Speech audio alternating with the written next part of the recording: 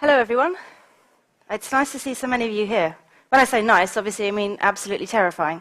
I'm sure it's going to be fine. I'm sure you're not all here to heckle me. I'm sure you're all interested in what I've got to say. I'm Trisha Gee. I'm a developer at 10gen. I'm also a woman. And you'd be amazed how many times you get told when you're a woman developer, well, you know, it's really nice that you're a girl and a developer. It's really nice. Okay? There just aren't enough girls in IT. And that's true, but telling me that it's really nice that I'm a developer is not really going to help get more women into IT. And pointing out that I'm a girl is not really going to help either. And asking me why there aren't enough women in IT is also not very sensible, because whatever barriers exist to stop girls getting into IT didn't stop me. I didn't see them. I just went straight through them. So I can't answer the most frequently asked question of why aren't there more girls in IT. In fact, most of the women in this room probably can't answer that question either.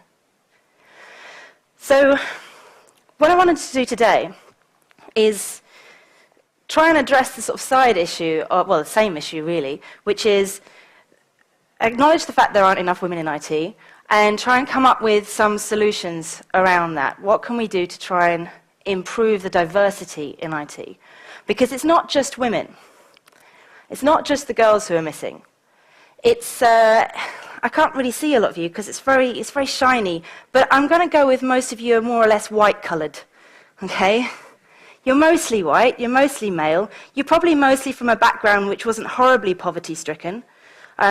So the pool of people who come into development is quite a narrow pool. And focusing on the fact that there aren't many women, because the women, we're very visible, or our lack of presence is extremely visible.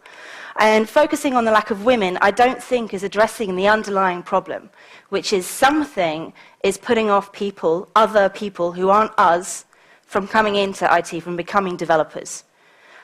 And we don't really know what that is, because we all really like doing what we do. Otherwise, we wouldn't be here. We all really enjoy our jobs. So what can we do to go and tell people, everyone else, how amazing it is to be working in IT? So I just want to go quickly through, I'm going to do this as a kind of businessy type thing. You know, as developers, we're really good at taking the problem, breaking it down, or coming up with the requirements for that problem, and then breaking it down, and then coming up with some solutions. And that's what I'd like to do today. So to talk about the requirements, where's Tim gone? Ah, there you are. You don't have your hat on. I can't see you. Is Tim Bray from Google. I didn't get you a microphone. Do we have one? I can talk really, really loud. I'm sorry. I should have warned you. There's a handheld, isn't there? Yes.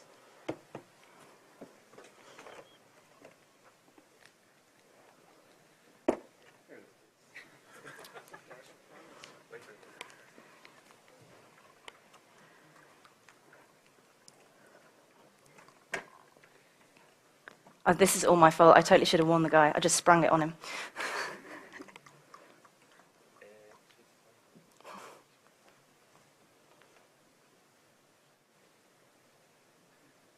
Technology is brilliant, isn't it? Don't you just love it? Thank you. Hello? Hello? Hello, hey, there we are. Great. I'll have to switch my notes back on here. Just a sec.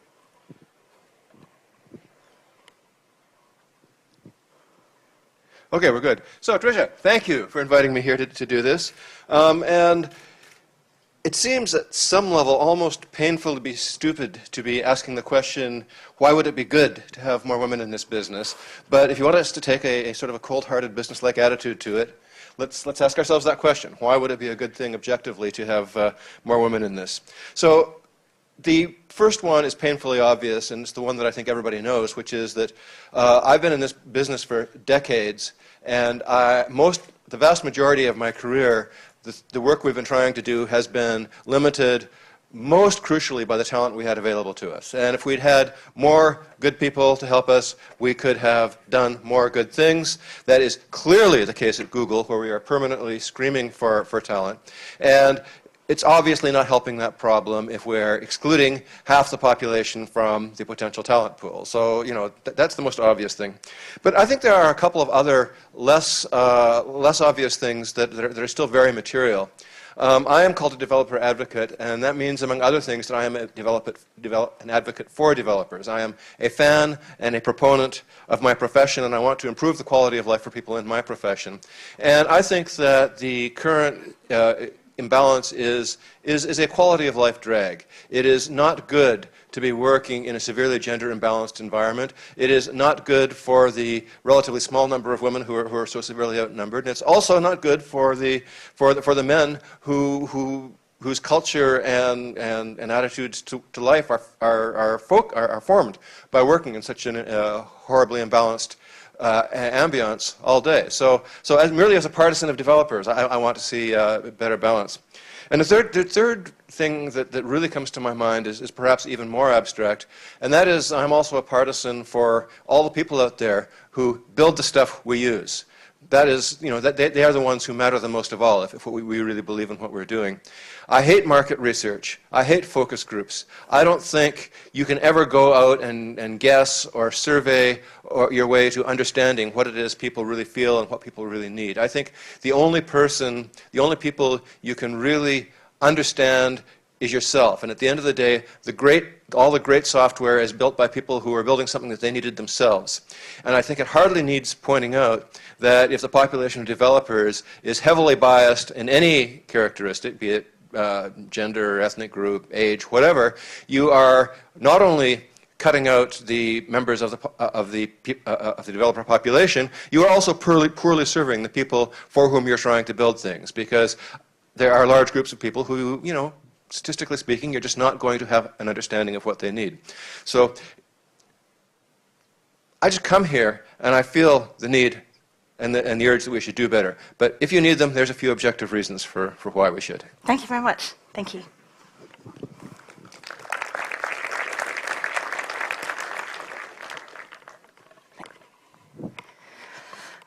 So what we're going to do is we're going to do an Agile retrospective.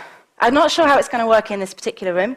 Who here is working with Agile type environments? Excellent. There's loads of people using Agile now. And who's familiar with the idea of a retrospective? Actually, who isn't familiar with a retrospective? Okay, that's fine.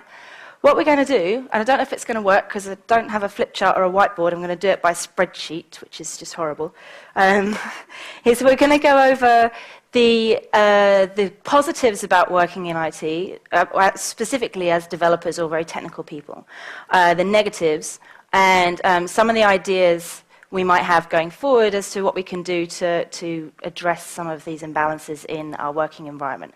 The ideas section we're going to move on to a little bit later, so we're going to start with the good stuff and the bad stuff. If you want, you could feed back the good stuff and bad things about being a woman in IT, but I think generally we'll find there's an awful lot of overlap as to what people find good and people find bad regardless of their background. Right, now I've got to try and get the spreadsheet up without showing you any embarrassing stuff on my computer.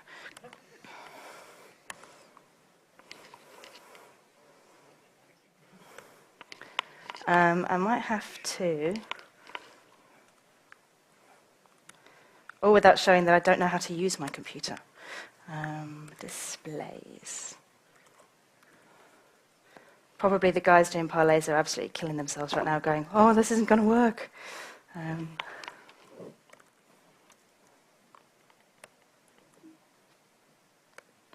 I am a developer, honest. I can do technology.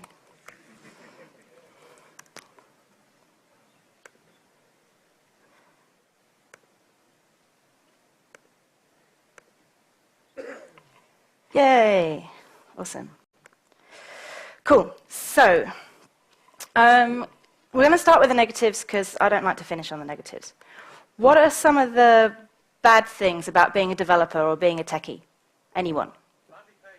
Badly paid? You need to move jobs. Next. I only get to work with men. Oh, okay. How are you supposed to find a wife if you only work with men? Okay, more negatives.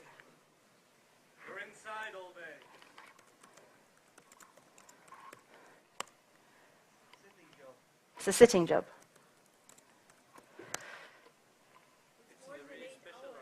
It's more than 8 hours. So the hours.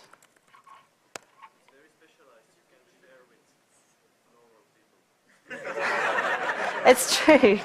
It's very specialized. Basically, when you try and talk to people who aren't techies, they just don't get it, right? How many times when you go to a party or a bar or whatever, like if you're trying to pick up boys or girls or whatever, and you get asked, what is it you do? And you're like, I'm a computer programmer. But I work in finance, so that's kind of cool and sexy, right? Well, yeah, that's true. Anyone else for negatives? Carpal tunnel syndrome. You're trying to make me spell that. Thank you, that's much better. Engineering management discommunication. Okay. Engineering management disconnect. Or a lack of communication. Oh, yeah. People always want you to fix their computer.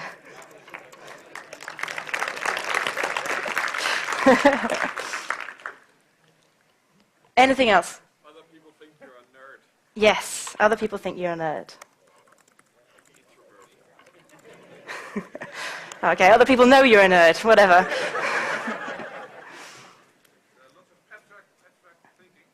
Lots of abstract, and that's a bad thing? Okay, so there's lots of abstract thinking. Okay, let's move on to the positives, because I'm bored of negatives.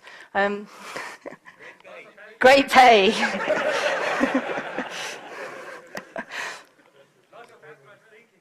Lots of abstract thinking.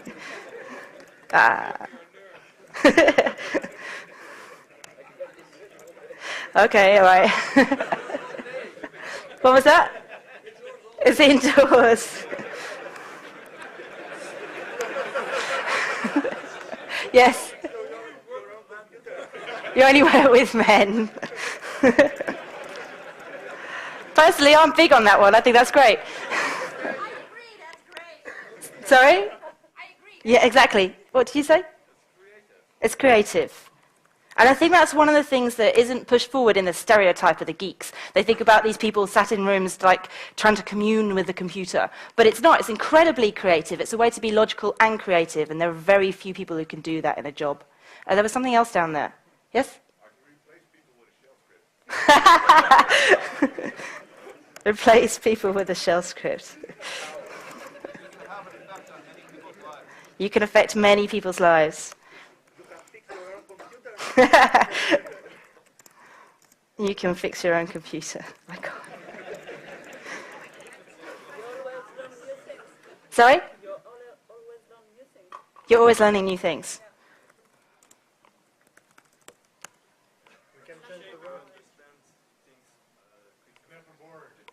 What, sorry?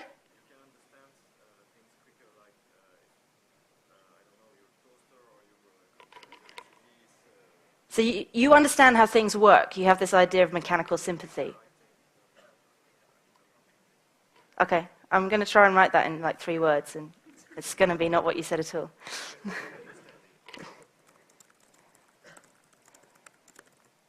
You can understand how things work. And, you know, extending beyond just the computer. So you have an idea of what's going on under the hood for a lot of things, sometimes even people. So maybe you won't do anything about it, but you understand why it works or doesn't work. There was something over here. You communicate a lot.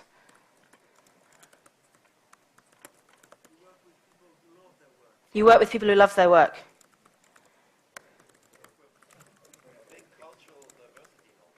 Lots of cultural diversity. This is much better than doing it on a whiteboard. I could type way faster. Hang on a minute. Let me try and put some more rows in here.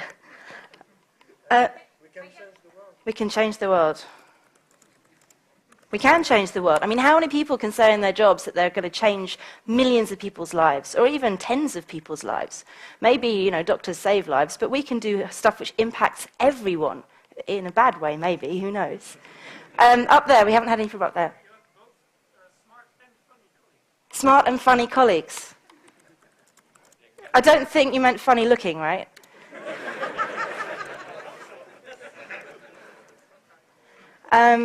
Yes. We're blessed with open source. Blessed with open source. Our industry is. Just get it. You say culture of sharing. Culture of sharing, I like that. Culture of sharing. Go and download MongoDB now, by the way. New job, I've got to pimp it. Something here, yes. Very multifaceted. Multifaceted. Yeah, I mean, there are very few, I'm going to try and type and talk at the same time, multifaceted. There are very few jobs where you can span multiple businesses, right? I mean, either you work in, I don't know, this is where my ignorance comes out. I assume if you're an accountant, you can have multiple disciplines, but you're still ultimately doing the accountancy type stuff. But oh God, accountants are going to come and kill me. But in IT, you can work in, I mean, I've worked in manufacturing, in finance, in education, in media, in, marketing and sales, currently working in open source, which is an entirely different thing altogether. And there are very few jobs where you can do anything in any area that you're passionate about. If you love television, you can go and work for the BBC. If you're interested in movies, you can go and work on Hollywood movie stuff that they do. Special effects, you can work on games if you love games. You can work in finance and earn boatloads of money and be bored out of your brain. I mean, do interesting stuff with people's money. There are all sorts of things that you can do as a developer, and all of that you could do as a Java programmer. You don't even need to do the diverse stuff amongst the other disciplines, but you could do all sorts of stuff in technology. How are we doing for time? Yes. Yes.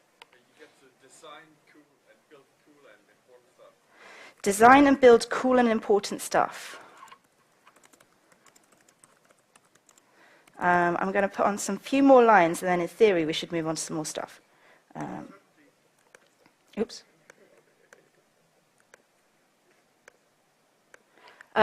Yes.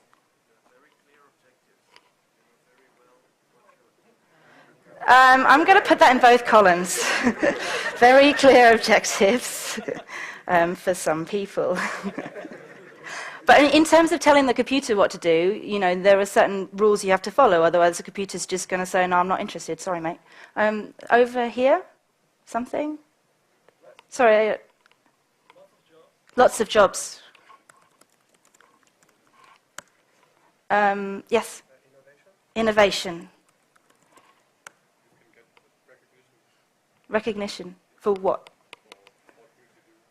So you can be recognized for being great, basically. We are great. Yes. You can work remotely. So flexible working. Something. Challenging. It's challenging. You're never bored, are you? I mean, who was it? What did I do? I'm challenging. Somebody said something in one of the talks about factory workers and the fact that they know their job inside out, they know what they're doing. And I used to work at Ford. They do rotate people around the factory line so they don't get really bored, but ultimately you do know what you're doing from day to day, whereas here we might be doing something completely different the next day, and it's a challenge to keep up with that, and that's a good thing, I think, for most of us. Any more before we move on to the actions? Up there. There's a short feedback loop, so it's gratifying. Yes, so short feedback is gratifying. Okay, we're going to shoot feedback in the head. I'll remember what that means. Yes. Sorry? I can't hear you. Oh, you can wear what you want. That's true. Well, kind of. Casual dress. More or less. Yes? Can be ridiculous without shame. Ridiculous. Ridiculous without spelling shame. I haven't taken many from up here. Oh, yes, that's because I can't see you, that's why. Free coffee. Free coffee, yes. We've got space for 2 more suggestions for good stuff. Yes? Nice conferences. Conferences, great conferences like Devwalks. Thanks, Stefan. And sorry? Is that good? It's all zeros and ones? It's logical. Zeros and ones. I'm a big fan of zeros and ones. I think they're awesome. Cool. So next up is the ideas section. Oh, I didn't put the... Oh, that doesn't matter. Who cares? We're flowing here. We're in the flow. So the next step of the retrospective, now we've gone over the good points and the bad things, and what's really cool is I think we really struggled to find negatives. There are negatives there, and some of them are on the positive side, but it was pretty easy for us to come up with stuff we really like about our jobs. So in terms of trying to attract greater diversity into IT, not just women. Well, actually, let's just backtrack a little bit. There wasn't really very much in there which is specific to men or women. Unless, actually, I didn't hear much from any of the women in the crowd. Is there anything, I don't really want to dwell on this in case it totally shoots my argument down. Is there anything really bad about working in IT as a woman? Deathly silence, you see. There's really nothing... Not being trusted. Aha! But that's not because we're women. It's not because we're women. We're not trusted for all sorts of reasons. We're not trusted because we're junior. We're not trusted because we're a Java person and not a .NET person. We're not trusted because we moved from another part of the business.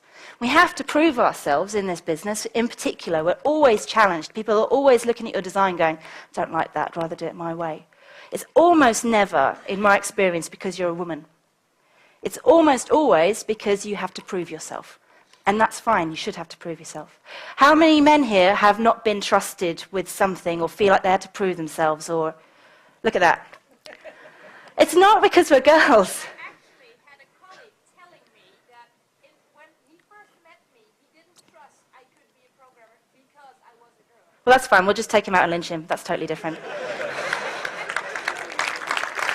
See, exactly, and the thing is, you have to prove yourself. But like all the other guys were saying as well, I mean, you have to prove yourself. Someone will not trust you because you're a foreigner, or they won't trust you for all these other reasons. And they'll find some stupid reason, like because you're a woman, or because you're the wrong color, or because your hair's red. You know, they'll tell you it's that, and they won't tell you it's because I'm an idiot and I don't know anything. Okay, so you do have to earn trust in this industry. And I firmly believe a lot of the problems that come out of these women's events that say, you know, things are difficult for us because we're women, it's almost always applies to people who aren't just women as well. And now I've got to type my insanely long password to get back in. I knew I should have. I told you. I should have plugged it in. So yes, the point is it's really, really great working in IT, especially for us who are at conferences, because we're having a really good time right now. So we're like, yes, I love my job. It's brilliant. So it's a really great time to gather feedback on why it's great to be in IT. So ideas in terms of trying to attract more people into technology, trying to attract people to be developers. Have we got any really good ideas? Anyone? More appreciation for the managers. More appreciation from managers. We always want more appreciation. From everyone. Yes. Change the school system. That's a really big. It encompasses a lot of things. Things are changing in the UK at the moment. They're changing their curriculum. I haven't done my full homework, but they realise that teaching kids how to use PowerPoint and how to use Word is not cutting it anymore. We needed to teach kids computer science. We need to teach them programming. And the curriculum is changing in the UK so that schools can opt to do this. And I think this is a really great thing. But my parents are teachers, so I'm really big on teachers, I'm really big on education. But we can't leave it to the teachers to teach this. Because we're the programmers. We know how it works in the real world. We need to go into schools and help them teach computer science. We can't trust the teachers because they're really, really busy. They've got so much stuff on. And how are they supposed to keep up to date with an industry which is moving so fast that we can't keep up to date in it? We can't leave it to them. But then you have to change the school system even more to allow us to speak there. Yes, and so the point was you have to change the school system to allow us to go into schools. And in certain countries, that's okay, but we need to come up with better ways of liaising with schools. We need to somehow bring schools and business together, right? How about being responsible? How about what, sorry? Being responsible. Teach our kids, programmers, teach Programmers teaching kids, like programming languages and stuff, right? Change the image of developers in media, in society. Yes. Change the image of developers in media and society as a whole. That's not too much to ask, but it's... I mean, it's true. I mean, how many times I get so sick of people going, and we do it. Us programmers do this all the time. We talk about the nerdy programmer sat in his bedroom eating pizza and drinking beer. We do it all the time. And I don't know anyone like that.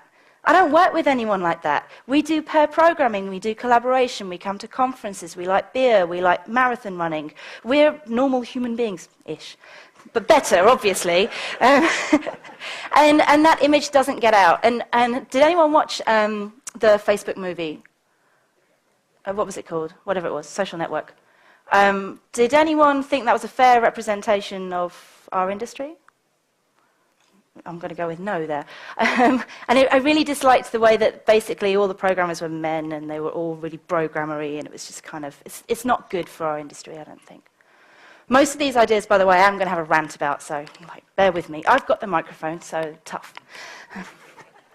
More actions, yes? More books and tools for kids. More books and tools for kids. Yes? Volunteer to do a workshop with the Scratch or robotics in the school. Volunteer for workshops. Volunteer. I think we can sum a lot of this up by, and there's like Devwalks for kids, and what's the other one?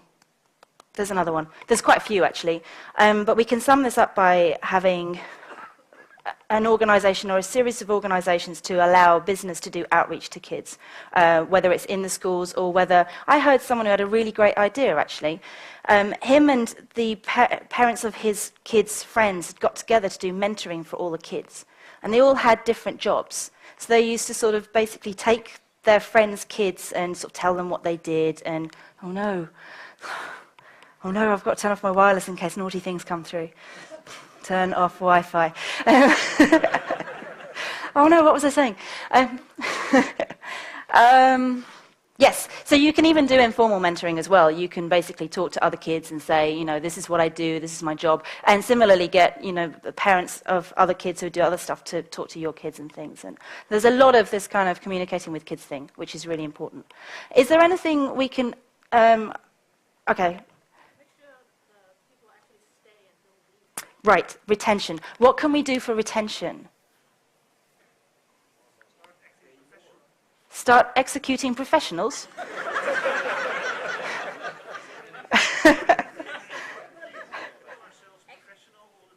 Right. If you look at an average programmer's environment, it's a damn frat house.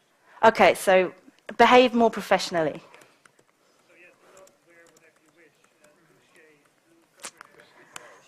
Do shave, Shower. Yes. Mentoring programs. Thank you. I feel like a teacher up here. Yes, well done. Have an A star. Mentoring programs. And the good thing... I can't spell. The good thing about mentoring programs is it can span all sorts of things. So we can be talking about CEOs of enormous companies mentoring lower down, or we could be talking about... we have a mentoring program in the graduate developer community in London, which is for the undergraduates. And anyone in the graduate community, or well, which is mostly has an overlap with the London Java community, any of those guys can go and talk to undergraduates and mentor them, including people who only graduated like last year. And a lot of the recent graduates say, what do I have to offer as a mentor? I've only been out in industry for a minute and a half. And the answer is, you've got the most to offer to undergraduates because you just made that transition. You know what it feels like to have been an undergraduate where you kind of were told all sorts of exciting things or not exciting things about technology and made that transition into industry where it's completely different, maybe, maybe not. What it's like starting your new job. So anyone can be a mentor, and you can mentor at any level. It's really important to encourage that. Yes? Show them the money. Show them the money. I only came into programming because I like the money. Actually, I came into programming because it turns out people will pay you boatloads of money to do what you like. How cool is that? That's brilliant. Yes? Allow people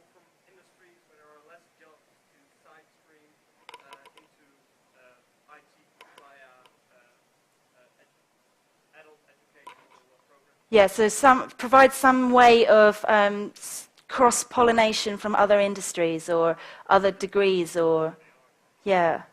I strongly disagree with that, by the way. We did it in the 90s. These things come round again, don't they? Well, okay, there's something about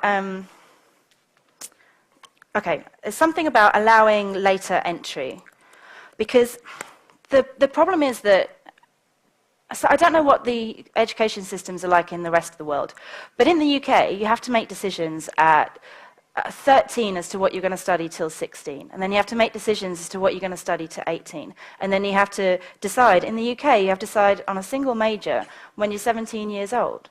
And I don't even know who I am when I'm 17 years old. I don't know who I am now, but you can't make those life-altering decisions at 17. You barely know where you live or what size your shoes are, or you can't make those sorts of decisions at that age. I think we need to do something across the board, not just in IT. We need to do something to allow people to change their minds and come into IT later. I mean, as an industry, we're better at that than many other. You can't do that really being a doctor. But if there's one field of work where you can change into later, it is IT. Yes. So actually allow later entry, that's solved, right? It's not solved. So let's say, so the point was you can already do that. Yes, it's better than a lot of other industries, but we need to, you can't really do it by, I've seen people do it by taking their Microsoft certified, qualified thingy things, right? You can't really solve it with certifications. And you could go back to do a degree, a 4-year degree, but then, that doesn't really solve the skills need that we have. So I think we need to do something better and something that people can just go to much more easily. Nobody's going to hire you if you don't have a computer science degree. Okay. I haven't experienced that, but Then you start working, this is true. I mean, when you're long years experience senior developer, nobody cares what you've done, but when you start working, I've got to put that down here. It's a totally different thing. Yes, so it can be difficult to get in without a computer science degree.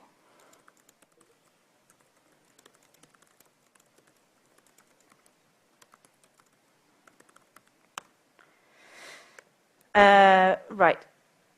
I heard some. Yes. Stop promoting developers as managers. Yes. Stop promoting to incompetence.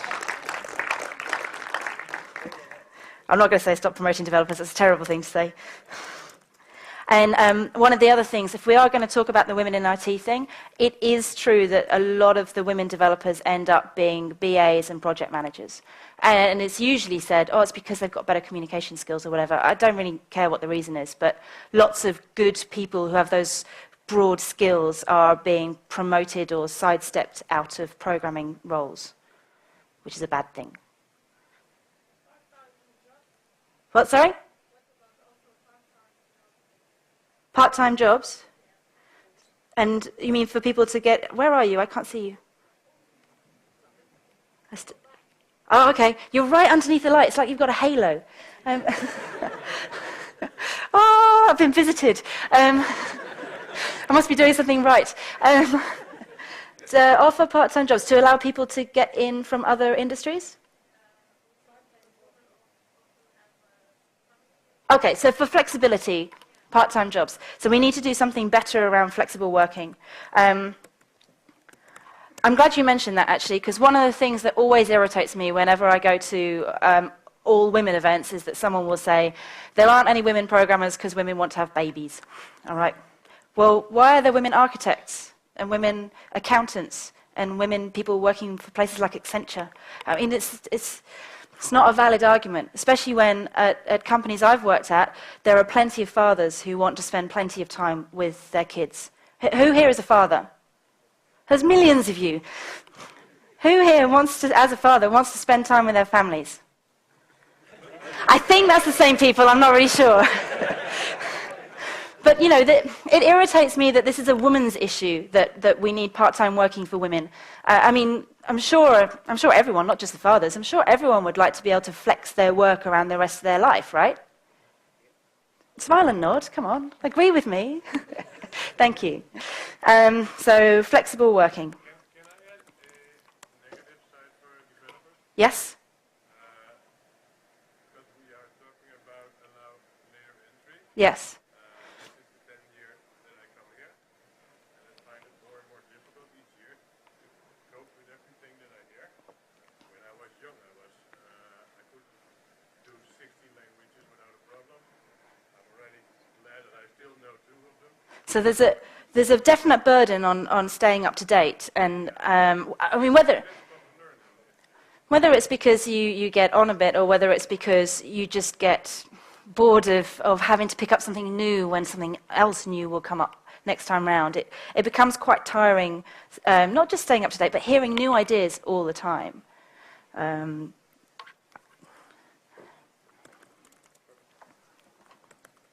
I said up to date, didn't I?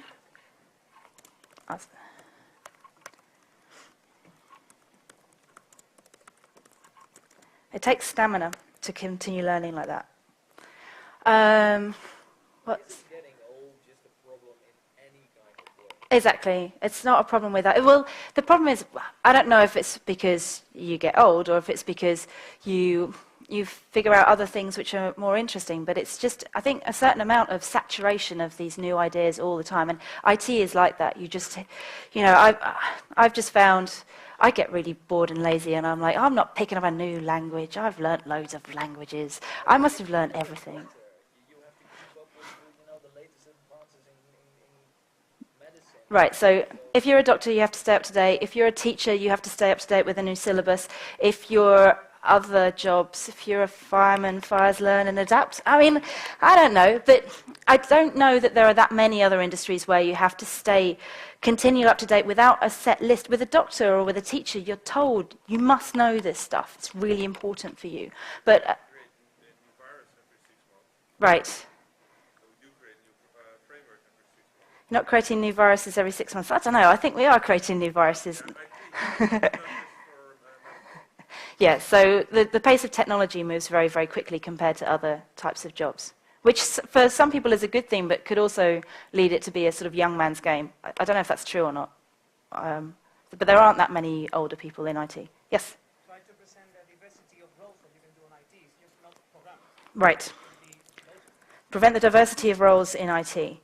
So this is the thing which is the most interesting thing to... You were talking to the graduates at Queen Mary College, weren't you? And the graduates, they kind of assume that you can only be a programmer. And they decide after 2 years of doing an undergraduate degree that they don't want to be a programmer. So they quit IT altogether. They don't do anything. They move into something completely different.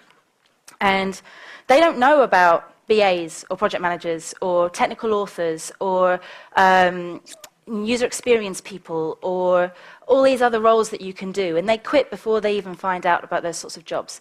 We don't really publicize what we do, what all of us do, very well. And even as a Java programmer, people don't really understand what it's like to be a programmer day in, day out. I didn't want to be a programmer. I don't want to sit down, like you said, indoors on your arse all day, just coding away. I want to go out and see people and do stuff. I didn't really realize it's so collaborative and there's so much pair programming and there's so much talking to people and all these other things. How are we doing for time? And any more burning ideas and things we can do to improve? Okay, there's loads of people. I'm going to work that way. So you lot, you better think of something quick, because otherwise I've gone. Yes? More diverse role models. Yes. Diverse and visible role models. Something else over there? Sorry? Make being creative cool. Well, creative is cool, I think. But I think that what isn't publicized is the fact that technology is creative. Yes?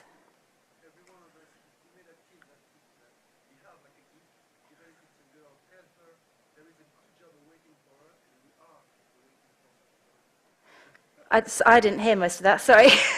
It sounded good from the reaction. I said every one of us, when we made a kid, we have like a geek, we can tell her or he that there is a good job for her, and we are waiting. Okay, so if you meet good potential geeks at kid age, tell them that we've got a good job waiting for them and we'll wait for them.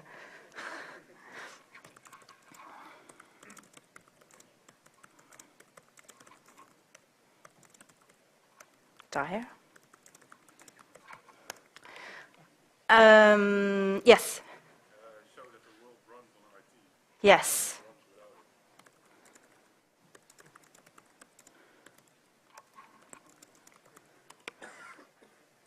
Yes. Oh, so, am I missing any up there? Sorry. Anyone? No one jumping up and down? Yes.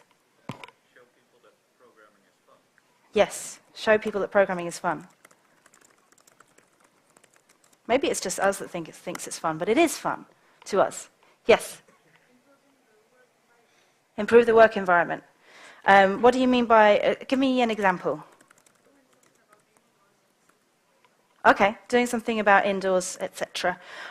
So I've worked in a couple of places which were in basements and I didn't get sunlight and I just quit. I can't do that. Yes?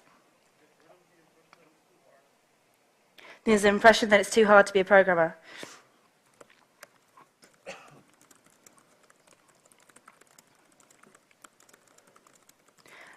It is hard to be a programmer, but the thing is that more people are good at it than think they are. Yes? Support the third world countries to with easier access to IT. Support developing countries. Are we allowed to call it developing, third world? Yeah. Developing. It's developing countries.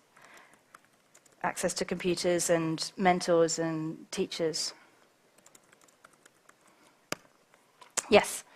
So there's loads of really great ideas there, and I don't know if we want to go into any of them in any great detail, but the point about this is that this benefits everyone. All of these ideas, they benefit everyone.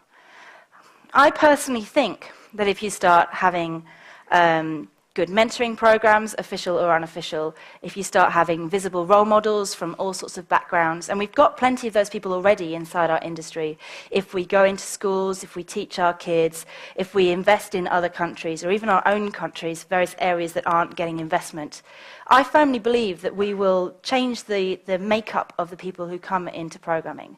And that might include more women. It might include more people of purple and green colours or whatever. It might include people from poorer backgrounds, because we tend not to attract people from those sorts of backgrounds. And I think that will increase our diversity. And also, I think it gives us the chance to... We all want to work with cool people, right? We said cool and funny and awesome people. We all work with great people. We really want to open it up to try and attract even more really awesome people to work with. And I think all of these sorts of things are a great way of getting even more cool people into the industry. There might be some uncool ones too, but if we take charge of hiring, we can just make sure we don't hire those guys. That's fine. What could possibly go wrong? Right, so I've got another few minutes to try and get this back up and working without destroying everything.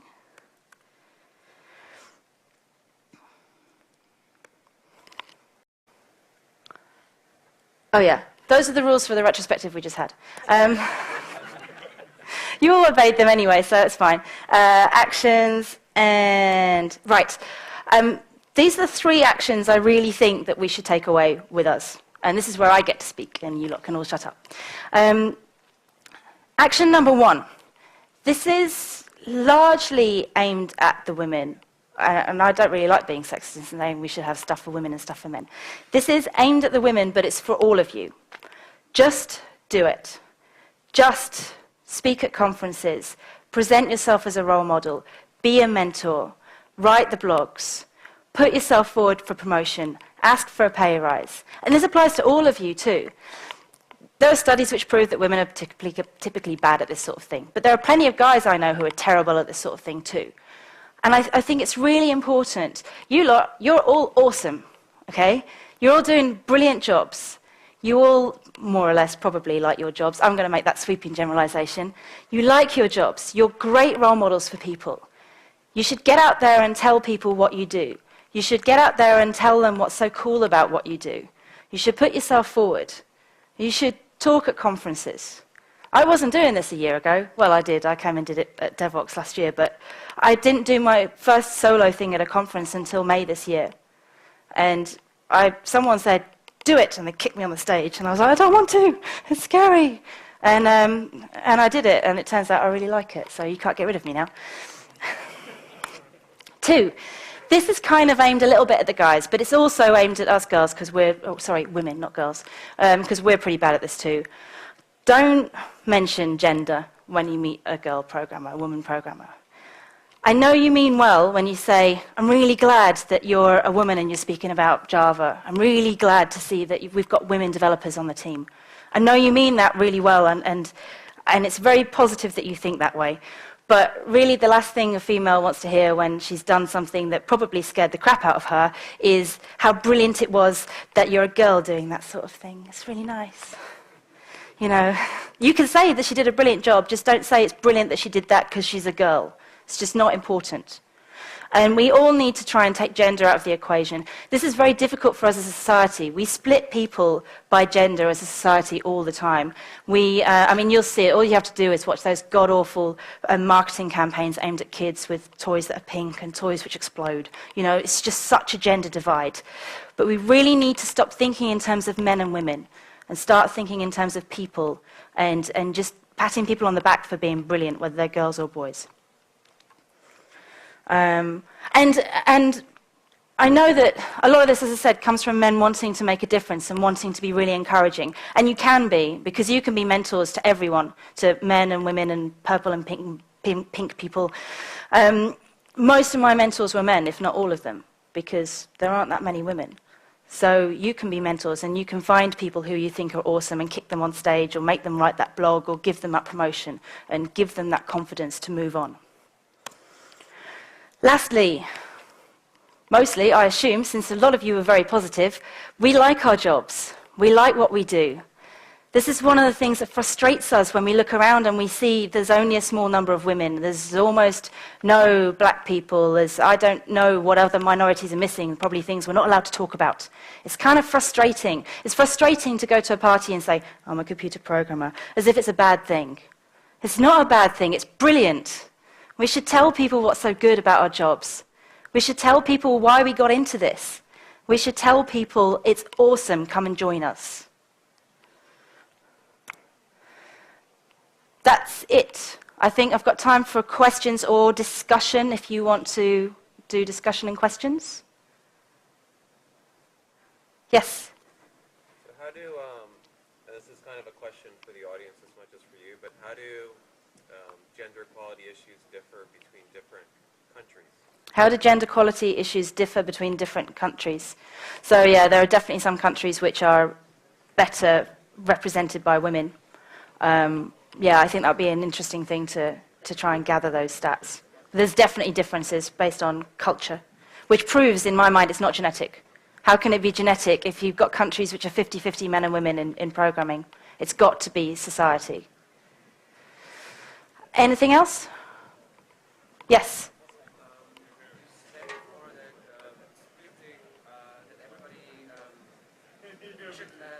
Don't see gender and diversity, and I think that this approach is a little bit dangerous because you also there are differences, and you there's like you don't talk about.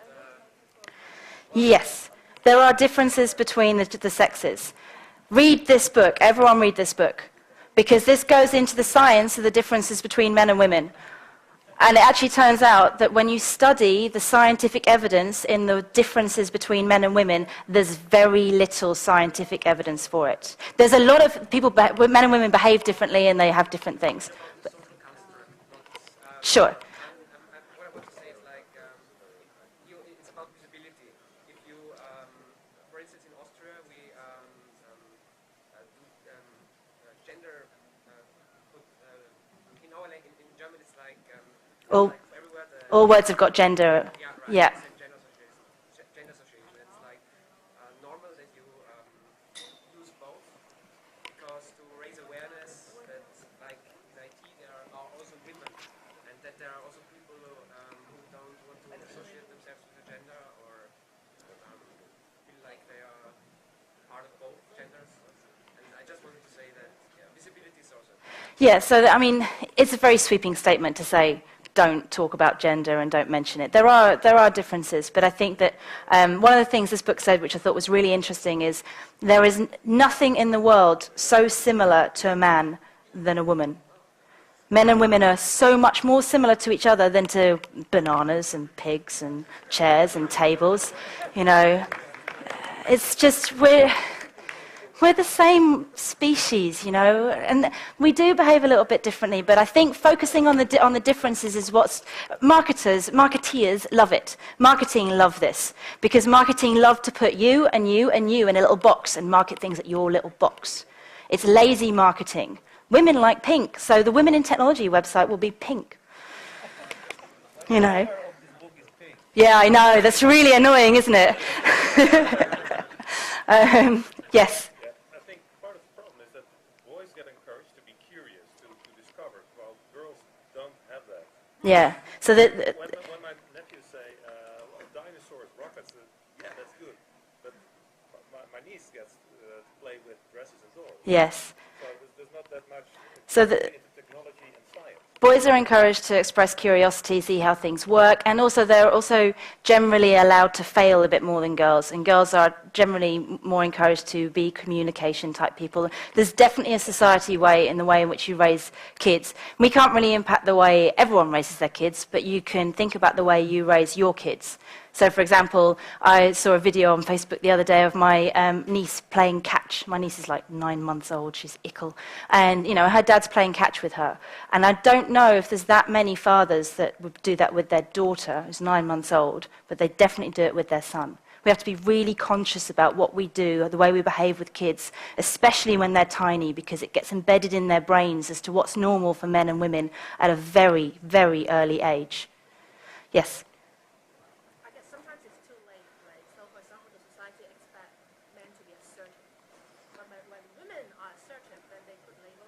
Yes, so certain societies, particularly Western societies, quite bad for assuming that assertive men, that's a good thing, that's something to strive towards, but assertive women is a dangerous thing. And again, so I've got this book up because this book basically says everything I agree with. I'm like, brilliant, she's already written it. She talks about the dangerous line for women to walk in terms of being assertive, because they've done loads of studies on this, which says that, you know, if a woman uses the same language as a man, she's seen negatively both by men and by women as being too pushy, too aggressive. So the problem is that right at the moment, the way society is right now, we need to tread a fine line to try and make sure we don't upset that balance. But the more women who get into positions where they can be role models and they can be influential and they can be more assertive or more themselves, then the more we'll erode that particular stereotype. This is just a stereotype thing based on our society at the moment.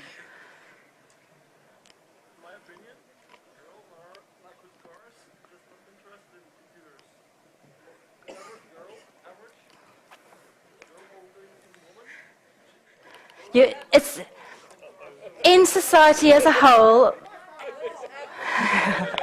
So the comment was, for the guys at the back, the comment was that as a whole, women are less interested in technology than men.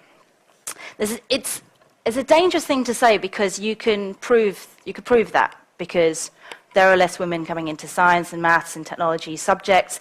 There are more women dropping out early on. They are just less interested. It's true, but it's not immutable. It's not the state of our brains. You can look at other places, like I think it's Estonia, which has like 50% men and women programmers. So it's not a genetic thing, it is a social thing. Even if that's true at a statistical level, it's very dangerous to use statistical facts to make judgments about individual people. Right, so even if it's true, at a statistical level, it's difficult to make decisions based on individuals based on statistics. So, yeah, and even statistically, I saw something, I think it was Devwalks last year, I saw something about how if there's a certain statistical deviation in terms of men are more like this and women are more like this, you still wouldn't get only 5% women at a conference like this. There's no statistics which state that that's the end result of that particular deviation. So it is true, it's not unchangeable. The things that we were just talking about can alter that, I believe. Yes? Should Devwalks be half price? No, Devwalks should not be half price for women. There should be no special features for women. There should be no positive discrimination. There should be no quotas, no special treatment. Because that's just mentioning gender. That's just saying, oh, women are kind of different. They need a bit of help. And there is a problem. It does need to be addressed. But all these things which are look really great. You know, we should have free entry for women, half price for women, or quotas, or all these things, and they're very well meant. But all it means is, as soon as I come to Devwalks, well, I did get here free because I'm a speaker. But as soon as I come to Devwalks, people are like, you're only here because you're a girl. And, you know, you got in for free. And there's guys who had to fight their companies to get here, and they really deserve to be here, and they couldn't get here because their company said, no, it costs too much. It builds up resentment to treat women in a special way. And, you know, I've seen companies which do a very gentle, positive discrimination, and you still get the guys who are otherwise fine guys, and they're young guys, and they're not misogynistic at all, really disliking the women in their company because they believe they got there through discrimination. Yes? Big problem on the European Union level. Many programs are actually have this positive discrimination. Yeah, it's a problem in the European Union because they've got quotas and positive discrimination. This is just my personal opinion, but most of the women I've spoken to, so I'm going to lump you all under the same umbrella, do feel like it's hard enough as a girl programmer because there are so few of us. It's so much worse when people go, I'm sure you only got here because you're special and you got special treatment. Yes? Someone said something about women not being interested in technology. Yes. I would like to strongly dispute that. Okay. I don't think any men here know anything about hair technology, about how clothes are made, about tons of other technologies don't interest us at all, but that lots of women know very deep details about. Yeah. Talking about IT technology, sure, but if you look at what kind of technology other women know about in general, there's no reason why they're just not interested in computer technology. Yeah. So there's something that puts off, let's say younger girls, there's something that puts off younger girls from stuff we traditionally call technology. So Xboxes, maybe, computer programming, maybe PCs. But there are more female gamers on the Wii than there are male gamers on the Wii. In my old company, the only 2 people in a 24-strong development team who were interested in computer games at all were the 2 girl developers. You know, so but there are also, like you say, there's other forms of technology that girls are quite comfortable with. But I think it's because it's not branded technology. You know, they know how to use straighteners. I know how to use straighteners. I'm allowed to say that. You know, I've seen teenage girls with their phone. They are like the most competent users I've ever seen. They outstrip everyone of any age, any background. They are extremely competent users. It's just a case of getting them to make the transition from being consumers to being producers. That's all we need to do. I think we're running out of time, but yes. It's very easy to dismiss positive discrimination and quotas as being bad, because I agree they sound bad. But I think to dismiss something that could potentially actually work without us looking at it and maybe generating some evidence might be a mistake, especially considering that's something that we could really do. You know, it's not going to take 20 years to do that. Okay. We might be able to actually do some experiments and actually find out whether positive discrimination might actually be So sorry, I'm just going to repeat it for these guys. The point is that we shouldn't just dismiss things like positive discrimination. We should do some experimentation, find some scientific evidence for whether it works or not. And it's something that we can do. I think there's a lot of people in the profession who, given 2 equally talented and attractive looking candidates, would hire the woman every time, just because of, you know, trying to address the obvious imbalance in front of us. I don't think that is really discrimination. I don't think I'm going to say that out loud. Yeah, I mean, the point was that given 2 equal candidates, if one's a woman, one's a man, you'll actually probably find most people will pick the woman. I don't know. There's no such thing as 2 equal candidates, though. There's never 2 completely equal candidates.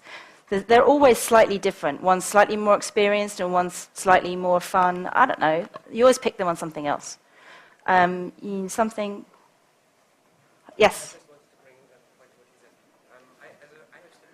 I know from Austria, because I'm doing stuff there, there are like statistics who show that usually the men are preferred when they have equal qualifications. So it's not, maybe it's true in Google, but it's not true at every company. And So yeah, so you're saying it's not, that sort of thing is not true in every company. Yeah, that's true. It's true that it's not true. My time's up apparently. Was there like one burning thing that needs to be said? No? In that case, look, if anyone is interested in this, there's the Duchess Boff in Boff Room 1 now. So I assume that's where Regina's gone. And thank you very much for coming.